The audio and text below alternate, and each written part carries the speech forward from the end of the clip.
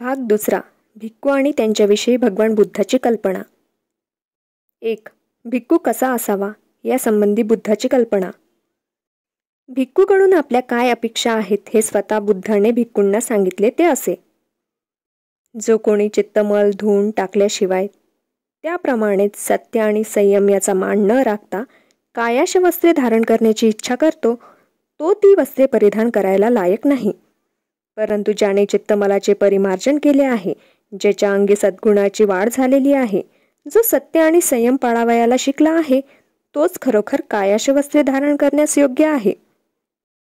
जो मनुष्य दुसऱ्याजवळ नेहमी भीक मागतो म्हणून तो काही भिक्खू होऊ शकत नाही. जो धम्माचे पालन करतो तोच भिक्खू होय. केवळ भिक्षा मागणारा भिक्खू ठरत नाही. ज्याला दुष्टपणा स्पर्श करीत नाही, जो अव्यभिचारी आहे, जो सावधपणे जगात परिभ्रमण करतो तोच खरोखर भिक्खू होय. सामान्य जणांना अप्राय असे मुक्तिसुख, विनय, शील, पांडित्य, एकांतवास आणि ज्ञान यामुळे लाभत नसून हे भिक्खू ज्याने वासनांचा क्षय केला त्यालाच ते सुख संपादन करता येते असे निश्चितपणे म्हणता येईल. ज्याच्या वाणीत संयम आहे, जो विचारपूर्वक बोलतो, जो लीन आहे, जो धम्म स्पष्ट करतो, अशा भिक्खूचे भाषण मधुर असते.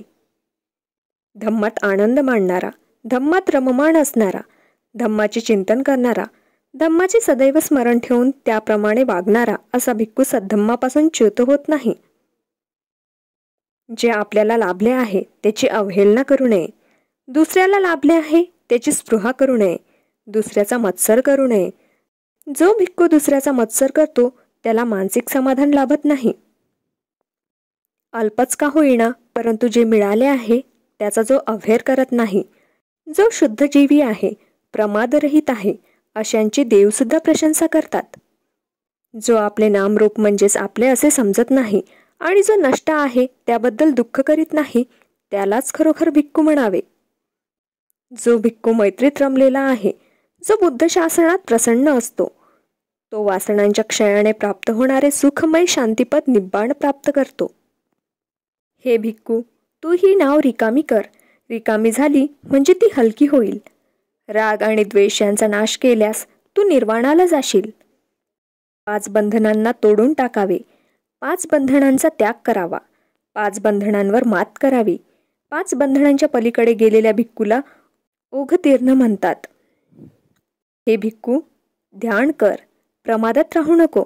आपले चित्त कामोपभोगात रमू देऊ नकोस. प्रज्ञेशिवाय ध्यान शक्य नाही. ज्ञानाशिवाय प्रज्ञा नाही.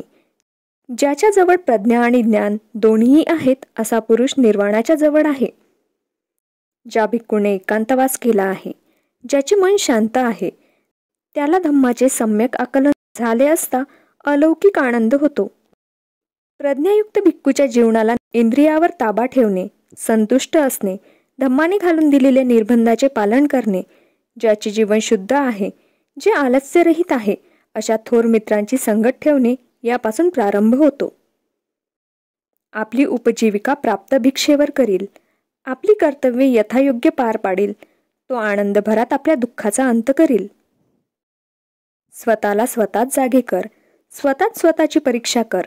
असा आत्मरक्षित आणि सावधान चित्त झाल्यावर हे भिक्खू, तू सुखाने राहशील. कारण मनुष्य स्वतः आपला स्वामी आहे. तो स्वतःच आपली गती आहे. म्हणून ज्याप्रमाणे व्यापारी उमद्या घोड्याला आपल्या ताब्यात ठेवतो त्याप्रमाणे मनुष्यांनी आपले नियमन करावे. जो भिक्खू अप्रमादी राहण्यात आनंद मानतो, जो अविकाराचे भय मानतो, तो आपले लहान मोठे बंध जाणून संचार करीत असतो. जो भिक्खू चिंतनात आनंद मानतो, अविचाराचे भय मानतो, तो कधीही आपल्या पूर्ण अवस्थेपासून च्युत होत नाही. तो सदैव निब्बाण सानिध्य अनुभवतो. गौतमाचे शिष्य हे सदैव जागरूक असतात. त्यांचे विचार रात्रंदिवस बुद्धाचे ध्यान करतात. गौतमाचे शिष्य हे सदैव जागृत असतात आणि त्यांचे विचार रात्रंदिवस बुद्धाचे ध्यान करतात. त्यांचे विचार धम्माचे ध्यान रात्रंदिवस करतात. त्यांचे विचार स्वशरीराच्या सर्व क्रियांचे रात्रंदिवस ध्यान करतात. त्यांचे मन रात्रंदिवस करुणेत समाधान मानते. त्यांचे मन रात्रंदिवस चिंतनात आनंद मानते. संसार त्याग बिकट आहे. संसार उपभोग बिकट आहे, विहारवास बिकट आहे, गृहवास दुःखदायक आहे. समाजाबरोबर एकत्र राहणे आणि सर्व गोष्टी त्याच्याबरोबर समानतेने सेवणे हे दुःखकर आहे. परिभ्रमण करणाऱ्या भिक्खूसमोर दुःखच वाढून ठेवलेले आहे. ज्याच्या ठिकाणी धम्मश्रद्धा आहे, शील आणि यश यांनी जो ऐश्वर्यवान आहे तो कुठेही गेला तरी सर्वत्र पूजनीय ठरतो. 2. भिक्खू आणि तपस्वी. भिक्खू म्हणजे तपस्वी काय? याचे उत्तर नाही असे आहे. स्वतः भगवंतांनीच निग्रोध या नावाच्या परिव्राजकाबरोबर झालेल्या संवादात या प्रश्नाचे नकारात्मक उत्तर दिले आहे. एकदा भगवंत राजगृहाजवळ वृंदकुटात राहत होते. त्यावेळी उदुंबरिका राणीच्या उद्यानामध्ये राहणाऱ्या पुष्कळशा परिव्राजकामध्ये निग्रोध नावाचा एक परिव्राजक होता. त्या सुमारास भगवंत वृंदकुटावरून उतरून सुमगंधा नदीच्या काठावर ज्या ठिकाणी मोरांना दाणे घालीत तेथे मोकळ्या हवीत एरझारा करीत होते. त्यावेळी निग्रोधाने भगवंतांना एरझारा घालताना पाहिले. तेव्हा तो आपल्या परिव्राजक अनुयायांना म्हणाला, कृपा करून शांत रहा. श्रमण गौतम सुमगंधेच्या तीरावर आहेत. त्यांच्या सांगण्यावरून सर्व परिव्राजक स्तब्ध राहिले. नंतर भगवंत परिव्राजक निग्रोधाजवळ गेले. निग्रोध त्यास म्हणाला, भगवंत या, मी आपले स्वागत करतो. आपण येथे आगमन करण्याचा निश्चय करण्यापूर्वी पुष्कळ विचार केला असावा. या इथे सिद्ध असलेल्या आसनावर आपण बसावे. पुढे केलेल्या आसनावर भगवंत स्थानापन्न झाले. निग्रोध भगवंतापेक्षा एका ठेंगण्या आसनावर त्यांच्याच बाजूला बसला. नंतर निग्रोध भगवंतांना म्हणाला, श्रमण गौतम आमच्या ह्या चमूत आले आहेत, म्हणून मी त्यांना एक प्रश्न विचारतो. भगवंताचा धर्म काय? आपल्या शिष्यांना ते काय धर्मविनय शिकवतात? आणि असे भगवंतांनी आत्मसुख प्राप्तीसाठी शिकवलेले शिष्य कशाला शरण जातात? त्यांच्या सदाचरणाची मुख्य तत्वे कोणती? यावर भगवंत म्हणाले, हे निग्रोध, ज्याचा दृष्टिकोन, निष्ठा आणि श्रद्धा भिन्न आहेत, त्या आपल्या शिष्यांना आत्मसुख प्राप्तीसाठी मी काय शिकवतो? त्यांच्या अंतिम शरण्य काय आणि त्याच्या सदाचरणाची मुख्य तत्वे कोणती? हे विना अभ्यास, विना शिक्षण समजणे कठीण आहे. परंतु हे निग्रोध, तू आपल्या स्वतःच्या सिद्धांताविषयी आणि खडतर जीवननिष्ठेविषयी मला प्रश्न विचार. आत्मपीडेपासून काय साधते आणि काय साधत नाही याविषयी मला प्रश्न कर. यावर निग्रोध भगवंतांना म्हणाला, भगवंत, आम्ही आत्मक्लेशाचे तप करतो. आमच्या मते आत्मक्लेश अत्यावश्यक आहे, म्हणून आम्ही त्याचा स्वीकार करतो. त्यापासून काय साधते आणि काय साधत नाही हे सांगा. यावर भगवंत म्हणाले, निग्रोध, कल्पना कर की एक परिव्राजक वस्त्ररहित फिरतो आहे. त्याला काही विशिष्ट वाईट सवयी आहेत. तो आपले हात चाटतो, आपल्याकडे येणाऱ्यांना मान देत नाही, त्याच्यासाठी मुद्दाम आणलेले किंवा तयार केलेले तो काहीच घेत नाही, आमंत्रणे स्वीकारित नाही.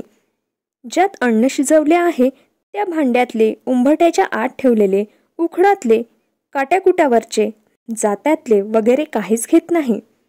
त्याप्रमाणेच एकत्र भोजन करीत असलेल्या 2 माणसांचे, गर्भवती स्त्रीचे, बाळंतीण जवळचे, संभुक्त स्त्री जवळचे, दुष्काळातले, कुत्रा जवळ असला तर तेथले, ज्या ठिकाणी माशा फणफणत आहे तेथले अन्न तो स्वीकारित नाही.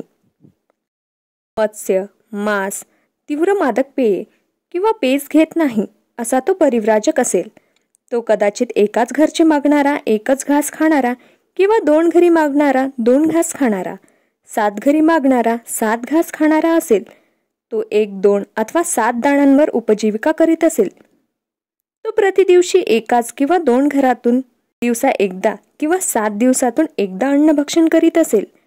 अशा रीतीने नियमाप्रमाणे अर्ध्या महिन्याच्या अंतराने अन्नसेवन करण्याची त्याची पद्धत असेल. तो शाक अथवा वनात उगवणारे तांदूळ अथवा निवार भिसे अथवा चामड्याचे तुकडे अथवा आटा अथवा भाताचा कोंडा, भाताचे पीठ अथवा कणी अथवा तेलबिजे अथवा गवत अथवा गाईचे शेण अथवा रानातील वाराने पडलेली फळे फुले खाऊन तो राहत असेल.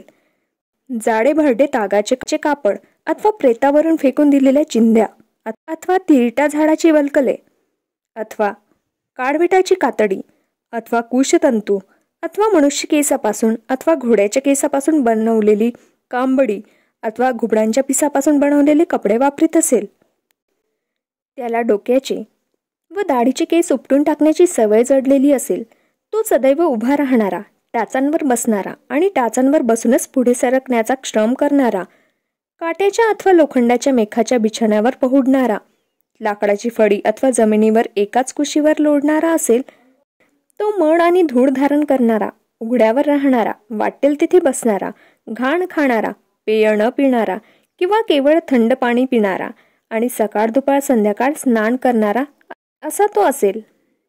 हे सर्व करणाऱ्या हे निग्रोध, त्याने आत्मक्लेशाचे व्रत पाळले किंवा नाही, यापैकी तुम्ही काय मानणार? निग्रोध म्हणाला, भगवंत, या सर्व गोष्टी त्याने केल्या तर आत्मक्लेशाचे तप त्याने पूर्ण केले असे आम्ही मानणार. भगवंत म्हणाले, हे निग्रोधा, ह्या आत्मक्लेशाचे तप करणारा माझ्या मते अनेक परीने कलंकित झालेला असतो. निग्रोध म्हणाला, भगवंत, कलंकित कसा? यावर भगवंत म्हणाले, निग्रोध, जेव्हा परिव्राजक एखाद्या तपाचे व्रत धारण करतो तेव्हा त्या योगेच संतुष्ट होऊन आपले ध्येय साधत आहे असे तो मानू लागतो. आणि निग्रोधा, हाच परिव्राजकाला जडणारा दोष आहे. आणि निग्रोधा, जेव्हा परिव्राजक तपाचे व्रत धारण करतो तेव्हा तो स्वतःला उच्च समजून दुसऱ्याचा तिरस्कार करू लागतो. हा सुद्धा परिव्राजकीय आचरणातील कलंक आहे. जेव्हा परिव्राजक तपाचे व्रत घेतो तेव्हा तो त्या व्रताने, त्या तपाच्या कल्पनेने उन्मत्त आणि मोहित होऊन निष्काळजी बनतो. हा सुद्धा एक कलंकच आहे. जेव्हा तपस्वी परिव्राजक तपाचे व्रत धरतो तेव्हा त्या योगाने त्याला देणग्या, कीर्ती मिळते, लोकांचे लक्ष त्याच्याकडे लागते. तो आत्मसंतुष्ट होऊन आपले ध्येय मिळाले आहे असे मानू लागतो. हाही परिव्राजकातील कलंकच आहे. अशा देणग्या, कीर्ती आणि लोकांची नजर आपल्याकडे ओढून घेतल्याने तो परिव्राजक स्वतःला मोठा समजून दुसऱ्याचा द्वेष करू लागतो. हा सुद्धा परिव्राजकाचा दोष आहे. आणि पुन्हा हे निग्रोध, दान, देणग्या आणि कीर्ती मिळवल्यावर आणि लोकांचे लक्ष आपल्याकडे वेधून घेतल्यानंतर तो उन्मत्त बनून निष्काळजी होतो. हा सुद्धा तपस्व्यामधला कलंक होय. आणि पुन्हा हे निग्रोधा, जेव्हा तपस्वी आपल्या साधनेला प्रारंभ करतो किंवा एखादे व्रत स्वीकारतो तेव्हा अन्नात भेद करू लागतो. तो म्हणतो, हे मला योग्य आहे, हे मला योग्य नाही. त्याला जे अयोग्य वाटते त्याचा तो बुद्धिपुरस्कार निषेध करतो. आणि ज्याला जे अन्न योग्य वाटते त्या संबंधी त्याला लोभ वाटतो. त्याने तो मोहित होतो, त्याचीच तो हाव धरतो. या प्रकारच्या अन्नात काही धोका नाही, हानिकारकता नाही असे मानून तो त्याचा उपभोग घेतो. हाही तपस्व्याच्या ठाईचा कलंक होय. आणि पुन्हा हे निग्रोधा, दान, धर्म, कीर्ती, लोकप्रियता, मान यांच्या लोभामुळे तो असा विचार करतो की राजा मला मान देईल, माझा सन्मान करील, त्याचे कर्मचारी, क्षत्रिय, ब्राह्मण, गृहस्थ आणि मोठमोठे आचार्यही मला मान देतील. हाही तपस्व्याच्या ठाईचा कलंक आहे. आणि हे निग्रोध, पुन्हा तो तपस्वी एखाद्या संन्याशी अथवा ब्राह्मणासंबंधी कुरकुरू लागतो की तो अमुक मनुष्य सर्व प्रकारच्या अन्नावर आपली उपजीविका करतो. तो कंदमूळ, फळ, शाक आणि धान्य, बिया, जात्यासारख्या आपल्या जबड्याने चघळतो, तरी सुद्धा लोक त्याला पवित्र मानतात. हा सुद्धा तपस्व्याच्या ठाईचा कलंक आहे. पुन्हा ज्यावेळी तो तपस्वी एखाद्या श्रमणाचा, ब्राह्मणाचा लोक दान धर्माने मानसन्मान करतात त्यावेळी म्हणतो, सुख उपभोग करणाऱ्या ह्या माणसाचा लोक सन्मान करीत आहेत, दानधर्म करून त्याची पूजा करीत आहेत, आणि मी खरोखर खडतर तप आचरित असता मला मान देत नाहीत, दानधर्म करून माझी पूजा करीत नाहीत. अशा रीतीने तो मत्सराधीन होतो आणि लोकांसंबंधी कुरकुर करू लागतो. हा सुद्धा तपस्व्याच्या ठाईचा कलंक आहे. तो तपस्वी रहस्यमय गूढता धारण करतो. तुम्हाला अमुक एक मान्य आहे का असा आपण प्रश्न केला असता ते अमान्य असूनही तो मान्य आहे असे म्हणतो आणि मान्य असूनही अमान्य आहे असे म्हणतो. अशा रीतीने तो बुद्धिपुरस्कर असत्य भाषण करतो. हाही तपस्व्याच्या ठाईचा कलंक आहे. पुन्हा तो तपस्वी क्रोधाधीन होण्याचा आणि शत्रुत्व धरण्याचा संभव आहे. हाही त्या तपस्वीच्या ठाईचा कलंक आहे. पुन्हा तो तपस्वी ढोंगी आणि फसवा, त्याप्रमाणेच मत्सरी आणि कृपण बनण्याचा संभव आहे. तो कपटी, कावेबाज, निर्दय, पोकळडवली होतो. दुसऱ्या संबंधी दुष्ट वासना बाळगून तो त्याच्या आहारी जातो. भ्रामक मते मनाशीच बाळगून देवी तर्कातील सिद्धांतावर तो श्रद्धा ठेवू लागतो. आपल्या अनुभवांना चुकीचा अर्थ चिटकवू लागतो. लोभी बनून त्याग भावना विसरू लागतो. हाही त्या तपस्व्याच्या ठाईचा कलंक आहे. निग्रोधा, ह्या सर्व गोष्टी तप आणि आत्मक्लेश यांच्या मार्गातील कलंक आहे असे तुला वाटत नाही काय? निग्रोध म्हणाला, होय भगवान, तप आणि आत्मक्लेशाच्या मार्गातील हे सर्व कलंकच आहेत. ह्यापैकी एखाद्याच कलंकाने काय, परंतु सर्वच्या सर्वच कलंकांनी तपस्वी दूषित होण्याचा संभव आहे. भिक्खूंनी हे कलंक आपल्याला चढू देता कामा नये. 3. भिक्खू आणि ब्राह्मण. भिक्खू आणि ब्राह्मण हे एकच काय, ह्या प्रश्नाचे उत्तर नकारार्थीच आहे. ह्या विषयावरील चर्चा कोणत्याही एका ठिकाणी आलेली नाही, ती सर्वत्र विखुरलेली आहे. परंतु भिक्खू आणि ब्राह्मण यांच्यामधील भेद सारांश रूपाने असे देता येतील. ब्राह्मण हा पुरोहित असतो. जन्म, विवाह आणि मृत्यू याच्या अनुषंगिक संस्कार करणे हे त्याचे मुख्य कार्य होय. माणसाला जन्मजात पाप चिकटलेले असते आणि त्याचे विधिपूर्वक प्रक्षालन करणे आवश्यक आहे. या कल्पनांमुळे, त्याप्रमाणेच ईश्वर आणि आत्मा या सिद्धांतावरील श्रद्धेमुळे हे संस्कार आवश्यक ठरले. या संस्कारासाठी पुरोहिताची आवश्यकता आहे. उलट पक्षी भिक्खू हा जन्मजात पाप, ईश्वर, आत्मा यावर विश्वास ठेवित नाही. यामुळे संस्काराचे कारणच उरत नाही. म्हणून भिक्खू हा पुरोहित होत नाही. ब्राह्मण हा जन्माने ब्राह्मण असतो. भिक्खू हा बनावा लागतो. ब्राह्मणाला जात असते, भिक्खूला जात नसते. ब्राह्मण हा सदोतीत ब्राह्मणच राहतो. कोणत्याही गुन्ह्याने वा पापाने ब्राह्मणाचे ब्राह्मणत्व लोप पावत नाही. परंतु भिक्खू एकदा भिक्खू झाल्यावर नेहमीच भिक्खू राहील असे नाही. भिक्खू हा बनवला जातो. म्हणून जर त्याचे वर्तन भिक्खूपणाला योग्य नसेल तर त्याचे भिक्खुत्व हिरवून घेतले जाऊ शकते. ब्राह्मण व्हायला मानसिक अथवा नैतिक शिक्षणाची आवश्यकता नाही. याच्याकडून केवळ अपेक्षा केली जाते की त्याला आपल्या धर्माविषयी माहिती असावी. भिक्खूची परिस्थिती याच्या अगदी उलट आहे. मानसिक आणि नैतिक शिक्षण हे त्याच्या जीवनाला रक्तासारखेच आवश्यक आहे. ब्राह्मणाला स्वतःसाठी वाटेल तितकी मालमत्ता जमवण्याची सवलत आहे. भिक्खूला मात्र तसे करता येत नाही. हा दोहोतील भेद लहान सहान नाही. मालमत्ता ही माणसाच्या मानसिक आणि नैतिक स्वातंत्र्याला मर्यादा घालून त्याच्या आचारविचारांना नियंत्रित करते. ती आचारविचारांमध्ये संघर्ष निर्माण करते. म्हणून ब्राह्मण परिवर्तनाच्या विरुद्ध असतात, कारण परिवर्तन म्हणजे त्यांच्या बाबतीत अधिकार व संपत्तीचा नाश ठरतो. भिक्खू हा संपत्तीरहित असल्याने तो मानसिक व नैतिकदृष्ट्या स्वतंत्र असतो. प्रामाणिकपणा आणि सच्शील याच्या आड स्वार्थी हेतू त्याच्या बाबतीत तरी येऊ शकत नाही. ब्राह्मण ही जात असली तरी प्रत्येक ब्राह्मण ही स्वतंत्र व्यक्ती आहे. कोणत्याही धार्मिक संघटनेच्या नियमांनी तो बांधलेला नाही. आपले नियमन तो आपण स्वतःच करणारा. आपल्या जातीशी तो ज्या सामान्य हितसंबंधांनी बांधलेला आहे ती हिते अगदी भौतिक असतात. उलट पक्षी भिक्खू हा सदैव संघाचा एक घटक असतो. संघाचा घटक असल्याशिवाय कोणी भिक्खू असू शकेल हे शक्य नाही.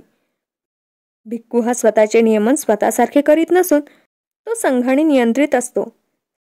संघ ही एक आध्यात्मिक संघटना आहे. 4. भिक्खू आणि उपासक. धम्मामध्ये भिक्खूचा धम्म आणि उपासकाचा धम्म यात विशेष भेद करण्यात आलेला आहे. भिक्खू हा ब्रह्मचर्याला बांधलेला आहे. ही गोष्ट उपासकाची नाही. त्याला लग्न करता येते. भिक्खूला घर अथवा कुटुंब असू शकत नाही. याच्या उलट उपासकाला घर आणि कुटुंब असू शकते. भिक्खूला मालमत्ता बाळगता येत नाही. उपासकाला ती ठेवता येते. भिक्खूला हत्या न करण्याचा निर्बंध आहे. उपासकाला तसा निर्बंध नाही. पंचशीलाचे नियम दोघांनाही पाळावयाचे असतात, परंतु भिक्खूला ते प्रतिज्ञारूप असतात. ते मोडल्यास तो शिक्षेस पात्र होतो. उपासकाच्या बाबतीत ते पाळण्याजोगे नियम या स्वरूपाचे असतात. पंचशीलाचे परिपालन हे भिक्खूच्या बाबतीत सक्तीचे असते. उपासकाच्या बाबतीत ते त्याच्या इच्छेवर अवलंबून असते. भगवंतांनी असा हा भेद का केला असावा? काहीतरी सबळ कारण असल्याशिवाय ते असा भेद करणार नाहीत. भगवंतांनी त्या भेदाचे कारण कुठे स्पष्ट केलेले नसल्यामुळे ते तर्काने जाणावे लागते. काहीही असले तरी ते कारण जाणणे आवश्यक आहे. आपल्या धम्माच्या सहाय्याने इहलोकी सदाचरणाचे राज्य स्थापन करावे असा भगवंताचा उद्देश होता, यात संशय नाही. म्हणूनच तर भगवंतांनी आपला धम्म भिक्खू अथवा उपासक असा भेद न करता सर्वांना शिकवला. परंतु भगवंतांना माहीत होते की सामान्य माणसाला केवळ धम्म शिकवल्याने सदाचरणावर आधारलेला आदर्श समाज निर्माण होणे शक्य नाही. आदर्श हा व्यवहार्य असला पाहिजे. एवढेच नव्हे तर तो व्यवहार्य कसा आहे हे उदाहरणाने यथार्थ पटवले पाहिजे. तेव्हाच लोक त्याच्यासाठी झटतात आणि तो कृतीत उतरवण्याचा प्रयत्न करतात. ही अशी झटण्याची वृत्ती निर्माण करण्यासाठी आणि सामान्य माणसाला हा आदर्श अव्यवहार्य नसून व्यवहार्य आहे हे पटवण्यासाठी त्या आदर्शानुसार वर्तन ठेवणाऱ्या समाजाचे चित्र सामान्य माणसापुढे ठेवणे आवश्यक आहे. संघ म्हणजे भगवंतांनी शिकवलेल्या धम्माचे आचरण करणाऱ्या समाजाचा नमुना आहे. म्हणूनच भगवंतांनी भिक्खू आणि उपासक यांच्यामध्ये भेद केला. भिक्खू म्हणजे बुद्धाचा आदर्श समाजाचा मार्ग दाखवणारा प्रकाश आणि शक्यतो त्या भिक्खूच्या पावलांवर पाऊल ठेवून जाणे हे उपासकाचे काम आहे. दुसऱ्या एका प्रश्नाचे उत्तर देणे आवश्यक आहे. तो प्रश्न म्हणजे भिक्खूचे कार्य काय. भिक्खूने केवळ व्यक्तिगत साधनेला वाहून घ्यायचे की त्याने लोकांना मार्गदर्शन करून त्याची सेवा करायची. त्याने दोन्ही कार्य केली पाहिजेत. व्यक्तिगत साधनेशिवाय तो मार्गदर्शनास लायक ठरत नाही. म्हणून तो स्वतः प्रथम संपूर्ण सर्वश्रेष्ठ धार्मिक ज्ञानसंपन्न अशी व्यक्ती असला पाहिजे. यासाठीच त्याने व्यक्तिगत साधना करण्याचा सतत प्रयत्न केला पाहिजे. भिक्खू गृहत्याग करतो परंतु जगापासून निवृत्त होत नाही. गृहत्याग करण्याचा त्याचा हेतू ज्यांना गृहासंबंधी आसक्ती वाटते परंतु ज्याचे जीवन दुःख आणि दैन्य यांनी व्याप्त असून जे असहाय्य असतात अशा गृहस्थांची किंवा अशा लोकांची सेवा करण्याची संधी व स्वातंत्र्य मिळावे हा असतो. धम्माचे मूल तत्व करुणा हे आहे आणि त्या तत्वानुसार प्रत्येकाने प्राणीमात्रांवर प्रेम केले पाहिजे आणि त्याची सेवा केली पाहिजे. भिक्खू करुणेच्या परिपालनास अपवाद नाहीत. भिक्खू आध्यात्मिक संस्कारात कितीही परिपूर्ण असला तरी जर तो मानवजातीच्या दुःखाबाबत उदासीन असेल तर तो भिक्खू या संज्ञेला पात्र ठरत नाही. त्याला इतर काही संज्ञेने संबोधता येईल पण भिक्खू या संज्ञेने नाही. मित्रांनो, व्हिडिओ आवडल्यास लाईक करा आणि अशाच नवनवीन माहितीसाठी आपल्या चॅनलला सबस्क्राईब करा.